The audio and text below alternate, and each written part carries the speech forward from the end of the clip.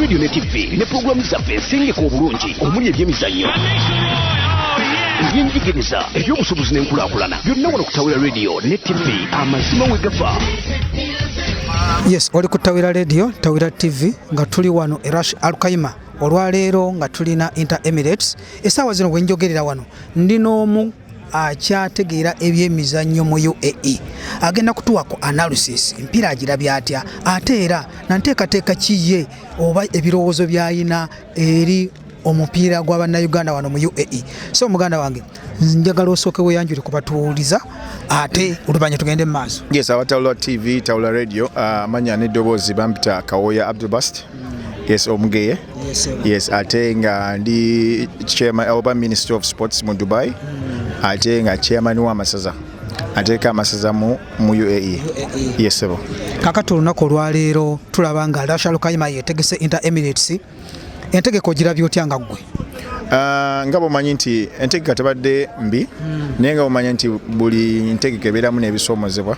ate being that it's the first time kubanga Rush Al-Kaima efuna enteekateeka bweti osanga nti ejja kubanga erina ebintu bingi nnyo byejja nga ekola ki ng'eyiga byejja okubanga improvinga kubanga etereeza mu nteekateeka. Yes, kyenyinza okugamba nti first of all ekyabadde ekizibu ennyo mu nteekateeka ya luno this year 2025 nti period gye bateekeramu Inter Emirates tebadde tefavoringa basambi tefavoringa muntu yena spectator kujja kulaba mupiira. Yes, that is the first challenge nti mu April omusana guba gwatandise okuvaayo nga mungi. So omanye mu mupiira tulina ebintu bye bayita safeguarding. So tutunya nnyo safety w'abasambi o safeguarding w'abasambi oba ne tugenda ne mu welfare in all this perspective. Oba kitegera nti tusobola okutunya embeera nti omusambi gy'omutaddemu okusambiramu weather eri etya emufavoringa nti ky'oba ojja kulaba nti enteeba goals zibadde ntini nga tiimu teziteeba because of the weather. Nga abantu bali comfortable nga buli omu embeera engatto ze engatto wookya weather eyokya and all this thing. Kati so nze nsuubira nti byebintu ebimu bye twalira tusookerako mu kuteekateeka Inter Emirates kuba tulina omwaka mulamba netulaba nti tulina okusportinga netumanya nti tulina okubeerako n'olunaku Inter Emirates lwekola ki lweteekebwa. Bwe tugamba nti Inter Emirates ya 2024 gye tusamba essaawa zino nga tugisamba mu 2025 mu April nze tumi ngamba that is a first weakness gye tulina. Twalaba tugamba nti 2024 tulina kusambira mu 2024 we either play in December ne tuba nga tulina omwaka mulamba okubanga agenda okutegeka yeetekateeka okulaba nga n'advertisinga n'okwadvertisinga okulaba nga teams zino zeetekateeka. Tuva mu Ramadan team tezisobodde kufuna nteekateeka emala because abantu baadde basiiba. Immediately tuvudde mu Ramadan tukyali mu sitati abamu bakyasiiba na sitati netujja tusambe abasambi abo. Ekitegeeza kyogamba nti emipiira gyandibaddengawo mu December oba mu January kubanga tubali tubeera najjo mu January. January is one of the perfect December and January is one of the perfect season yani omwezi ogusinga okubeera omutuufu omulungi because abantu bava mu bikujjuko and everything kwezaazaako omwaka bwe tujjamu ne tuddamu ne tusinkana buli omu natunda mu kyenyi kya munne kiba kyassanyu okutandika omukisa omupya n'omwaka omupya. I think those January yalibadde okay much more better. Njagala n'ekiralo kyogereko nga ggwe yimirirawo mu byemizannyo n'otegeka empiira ne gibeera successful. Tulaba nga empiira gino gitegekebwa AUU ng'ewadde obuvunaanyizibwa Emirates ez'enjawulo. AUU olaba ekoze obuvunaanyizibwa bwayo okulaba nga emipiira gino gitambula bulungi kubanga empiira gyali gyakubeera mu January ne gitabeerawo. Obuzibu obusinga baga nti bwali ku AUU lwaki teyateekamu ssente okulaba nga empiira gino gibaawo. AUU yeyina obuzibu oba abategesi abo ku Emirates level bwe balina obuzibu? Actually kyenyinza okugamba nti okusinziira ku season zenze nga nsamba Inter Emirates AUU teteekangamu ssente ku mipiira gya Inter Emirates. Always nti omuntu abadde ateekateeka yabadde funding yanoonya ba sponsors on ground abasobola okumuyambako okuteekateeka. So omugaso gwa AUU gubaddengawo ku embracinga ani agenda okuba nga ateekateeka tefundingangako oba okitegera. So nze nsuubira nti AUU ebintu bye yali badde etandikirako negamba kuma tournament ya AUU okitegera yali badde esooka okugamba nti okay banaye omuntu agenda okuteekateeka tumwadde sponsor omu oba babiri because erina authority erina mandate erina powers bwe wandika ebbaluwa ne wandika ebbaluwa ku Uganda Airlines Uganda Airlines tesobola gaana nti omuntu agenda okuteekateeka omuyambye first step ekola ki esooka ekyokubiri nti AUU eba erina okuteekawo date naga nti mu mwaka ku kalenda tukuyinako kubanga kati bw'olaba challenge twasobola okufuna nti Inter Emirates bagikyusa emirundi ebiri esatu to the extent ni Abu Dhabi negikwatamuko ne Abu Dhabi nekijokyamu nti ate nekidda mu AUU ate nekiddayo emabega kitegeeza enteekateeka ya AUU nti teina Inter Emirates eno ku kalenda yaayo tegirinaako nti eringa egamba nti ab'omupiira tubalowoozako oluvannyuma naye ate nga ab'omupiira bano they are part of the community be barunninga nti n'abantu abarunninga business baali yagadde okujja okulabanga baembracinga okuyitira mu byemizannyo because ebyemizannyo bikuŋŋaanya abantu bangi tebiri mu byabufuzi tebiri mu ki nti tujja ne tuddamu ne tusisinkana abavudde Rasikaima abavudde Fujairah whatever tuddamu ne tukwatagana so nze nsuubira nti AUU eddeyo reviewing egambe nti first of all what we need to do twetaaga Minister of Sports atuula ku kakiiko ka AUU because tetumuyinaako kakiiko ka AUU tekuliko wa Minister of Sports tekuli wa sports tekuliko ng'akiikirira abamizannyo oba kitegera tekuli si weakness y'amaanyi that is a very big weakness nankyegamba nti kati kyova olaba nti tulina ne mu kalenda yaabwe tetuliimu because teri agenda tegesa sports ate sports AUU etunuulira mupiira tulina ab'ebikonde abaana they are performing very well they are representing the flag tulina abaddusi I see in Abu Dhabi abaana bakola bulungi tulina abawuga bakola bulungi abasituzi b'obuzito bakola bulungi oshegera don't look at sports like football only gwe AUU oliwo okulaba nti embracing abannayuganda bonna mu bracket kati ddira oteekawo Minister of Sports arunning ebyemizannyo nti ku budget bwe muba mulina akasente ke mujje ku embassy kuliko department ya sports ndi sports eyo buli mwaka tulina event nga bolaba convention because convention yo bagiyina ne ambassador bw'omulaba ayogera ku convention naye tayogerangako ku Inter Emirates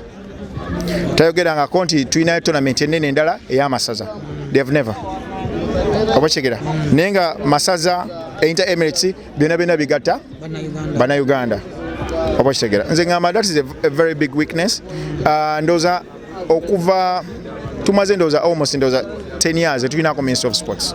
kuliko yaliko n'avaako tebaddanga mukuteekako omulala okay kati njagala okwebaza omukulu ono banaye abatamumanyi omukulu ono ayomu kubaagala ebyemizannyo wano mu UAE njagala osembeeyo ku nsonga ng'oyogera ku masaza oba oli awo ag'omulundi guno era mugenda kutukuba amasaza tulaba no mu UAE gaalimu omuzinzi gw'amaanyi tulaba abantu bava e Dubai ne Abu Dhabi ne bajja ne basamba omupiira ne bagobeeramu paka season yonna bweggwa omupiira guno nsaba tugwogereko Inter Emirates oziwunzise ekitwese kyo tuteeka okubeerako ne minisita ng'aliko kakiiko ka AUU owa sports ekyo nsuubira bajja kubeera bakikolako katugendeko ku masaza briefly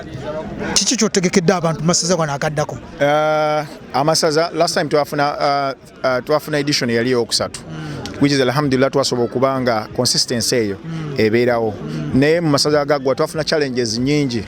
first of all challenge twasise okufuna yali yabisaawe I think challenge yasookera ddala yali time frame a period gye twasambiramu amasaza because amasaza twakasambanga during the summer time nga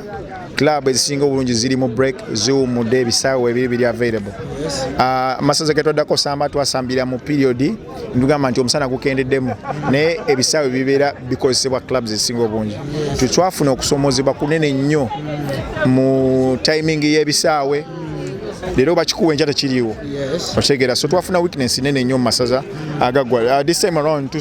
tusuubira okulaba nga improving okulaba nti at least katuddeyo ku time gye twakubirangako ate nga twakubanga lweggulo twakubanga kiro oba kitegera so tujja kulaba nga tu embracing nga tuyita abantu ab'enjawulo kubanga this time around twagala tulonda akakiiko nga kalimu UAE monaco because twagala nnyo okulaba nga Abu Dhabi they get involved into this tournament because ebirowoozo bitwalina mu masaza ntugamba nti this time around twali badde ntugamba nti okay fine esambiddwako Dubai next time fine esambibwa Abu Dhabi oba grand opening esambibwa Abu Dhabi oba team eri involved ngagamba tujja kukyaliza Abu Dhabi abantu basituke bagendeko wa Abu Dhabi nga grand opening jeri oba closing ceremony oba tugambe nti Ajumani and all these things tulabe nti amasaza gano gatambula states ez'enjawulo so bye tutunulira this time around twagala tudde ku meeza tufune abakiise abava mu states zino ez'enjawulo twagala abakulira by'emizannyo mu states ez'enjawulo bajje batule kakiiko k'amasaza okulaba nga batuuka kakiiko k'amasaza nti nga ba brainstorming okulaba nga amasaza gano gaba galwaninga in the fair way in the humble way ate ngeri fair each and everyone tulabe nti buli omu asobola okufuna okunyumirwa kuki kugundi kino egenda mu maaso because the last meeting we had okuva Mengo I was so surprised nti twafuna omukulu okuva Mengo n'atwebaza n'atugamba bana tutegere kigenda mu maaso even though we are quiet because Mengo tebamala gabuukira buli kimu they give you time ne balaba how far you can go kubanga sometimes batya nnyo okubuukira ekintu and tomorrow it's not there to embrace something and tomorrow it's not there naye twagalagana amasaza gasigalayo nga bolaba interminutes bwe yasigalawo tumanye tulina ekyokubiri nti amasaza gakubibwa so to brainstorming tulabe nga tukwatira wamu fenafena okulaba nga tusamba amasaza gano amalungi yes njagala okwebaza omukulu ono ayimiridde ku lwa Buganda okulaba nga amasaza agatambuza era njagala okubategeeza mumwe n'abali eyo abandi agadde okwekulaakulanya nga muyita mu Kyaddondo CBS Powesa nze kayungirizi wa Kyaddondo CBS Powesa wano mu UAE so gwe wenna ayagala okujegattako inboxinga Tawira TV wegatte ku nkulaakulana eya Kyaddondo CBS Powesa okubeere ng'ogula emigabo mujjukire ensi buli muntu gwolaba akulaakulanye mu bintu ebyenjawulo babeera ne shares share buying it is very important mujje mugule emigabo mubeere nga mwekulaakulanya nga muli wano mu UAE so muganda wange njagala okwebaza oba oyinayo konna akatalekeka oyinza okayisaawo kinyinza okugamba nti nja kusooka okwebaza nnyo omulimu gw'otukolera because ebbanga libadde ddene sooka tosasulibwa okolebwa nakyewa so ate oli constant ate ng'oli musajja mwerufu ku bintu bye by'obijja nkukolebwa toyina wali owuliddeko Tawula TV Tawula Radio nti ali involved into this and that so nja kwebaza webale kuuma ekitiibwa kya TV Tawula Radio ate nsaba Mungu akwongera agaziize radio yaffe efuke y'amaanyi tusobole okugenda ne ku kikyano eza UAE nga tutuninga butunizi mu radio zaffe nga tukuulira okyegera so era ndowooza abanaabeerayo nga basobola okuba nga bakusapoosalinga okusupportinga to do that because nze mukyala wange Filipino naye balina radio one ey'aba Filipino lwaki ffe Uganda tetugirina so bw'oba olina passion eyo weekwate ku bantu abasobola okuyamba okulabanga tusobola okuddanga ku mutindo ogwo nga tusobola okuwuliza okuva Abu Dhabi wona netulwa nga tusobola okuwuliza okay njagala kwebaza mwenna Johnson Sengendo bwentu wembasiibudde mubeere bulungi mweraba Tawira Radio ne TV ne programu zaffe singeko obulungi omuli ebyemizannyo eby'enjigiriza eby'obusobozi n'enkulaakulana byonna wano ku Tawira Radio ne TV amazima we gafa